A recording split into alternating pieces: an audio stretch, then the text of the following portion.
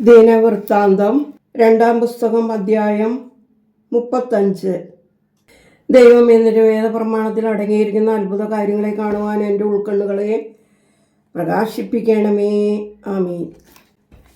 അനന്തരം യോശീയ യെരൂശലേമിൽ ദൈവത്തിന് പെസഹ ആചരിച്ചു. 1-ാം മാസം 14-ാം തീയതി അവർ പെസഹ അറുത്തു. അവൻ പുരോഹിതന്മാരെ താന്താങ്ങളുടെ ജോലിക്ക് നിർത്തി. ദൈവാലയത്തിലെ ശുശ്രൂഷയ്ക്കായി അവരെ നിയമിച്ചു. അവൻ എല്ലാ ഇസ്രായേലിലുമുള്ള ലേവ്യരോട് പറഞ്ഞത്, നിങ്ങൾ ദൈവത്തിന് വിശുദ്ധരാകുവിൻ.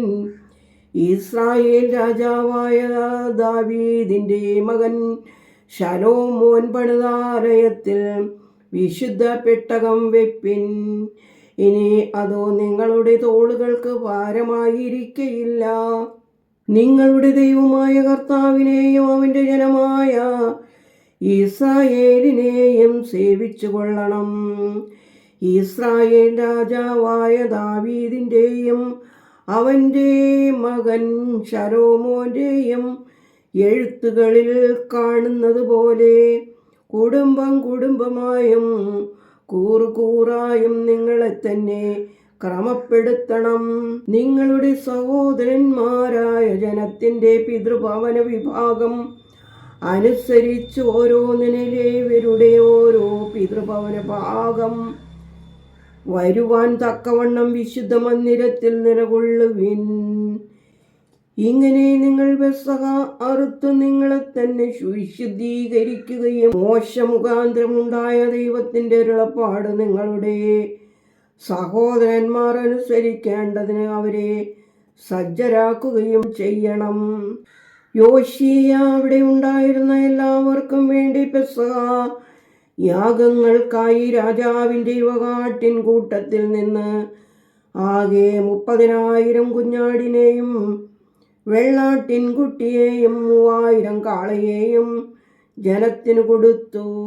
അവൻ്റെ പ്രഭുക്കന്മാരും ജനത്തിനും പുരോഹിതന്മാർക്കും ലേവ്യർക്കും ഔദാര്യത്തോടെ കൊടുത്തു.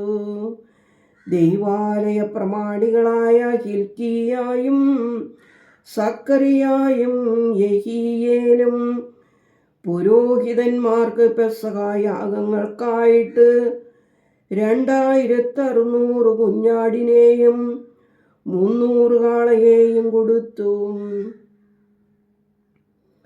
കോനന്യായും അവൻ്റെ സഹോദരന്മാരായ ശമയായും നെഥനയേലും ലേവ്യരുടെ പ്രഭുക്കന്മാരായ ഹശബ്യായും യെഹീയേലും യോസാബാദും ലേവ്യർക്ക് പെസഹ യാഗങ്ങൾക്കായി 5000 കുഞ്ഞാടിനെയും 600 കാളയെയും കൊടുത്തു.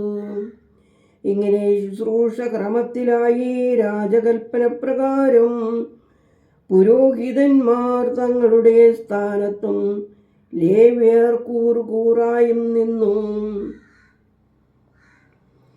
അവർ പെസഹ അറുത്തു. പുരോഹിതന്മാർ അവരുടെ കയ്യിൽ നിന്ന് രക്തം വാങ്ങി തളിക്കുകയും ലേവ്യർ തോലൂരിക്കുകയും ചെയ്തു.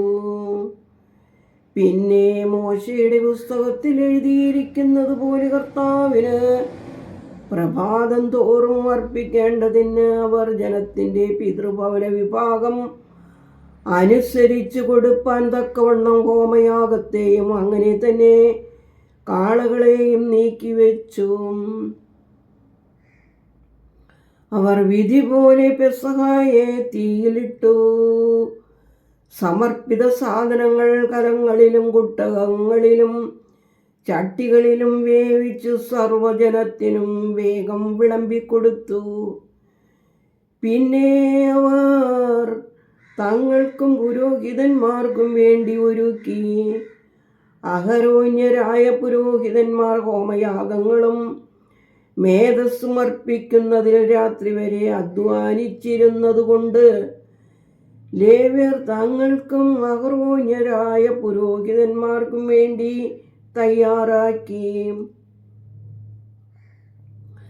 അസാഫ്യരായ സംഗീതക്കാർ ദാവീദിൻ്റെയും അസാഫിൻ്റെയും ഹേമാൻ്റെയും രാജാവിൻ്റെ പ്രവാചകനായ യദൂദൂൻ്റെയും കൽപ്പനപ്രകാരം തങ്ങളുടെ സ്ഥാനത്തും വാതിൽ കാവൽക്കാർ അതത് വാതിൽക്കാരും നിന്നു.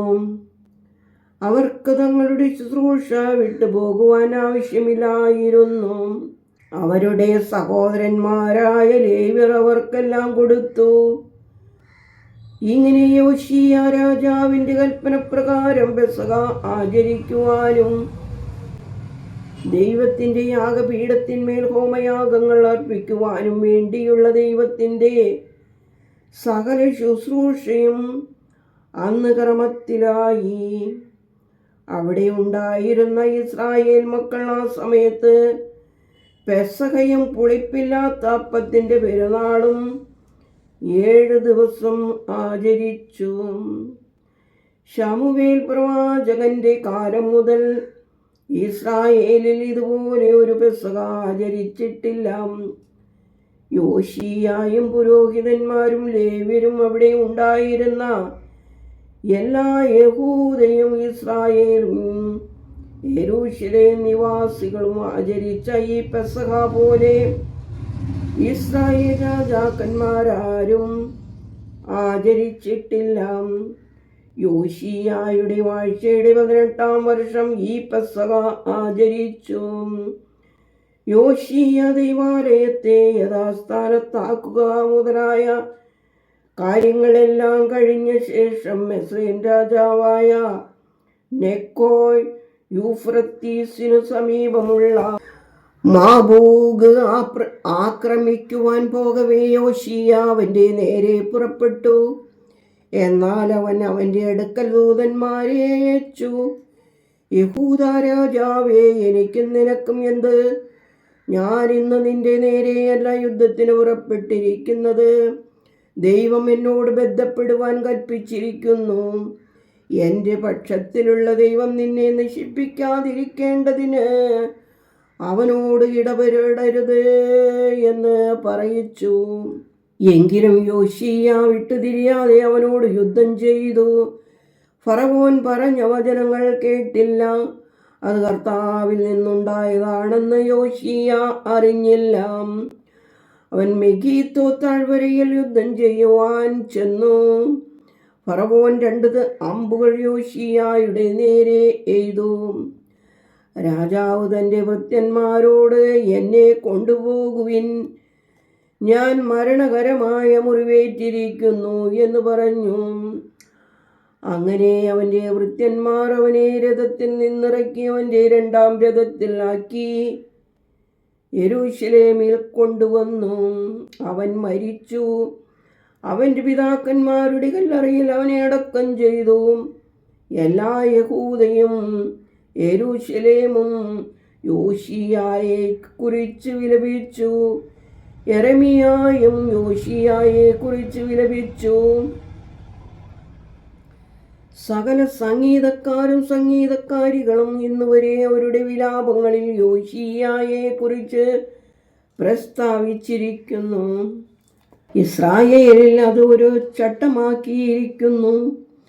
അവ വിലാപങ്ങളിൽ എഴുതിയിരിക്കുന്നു.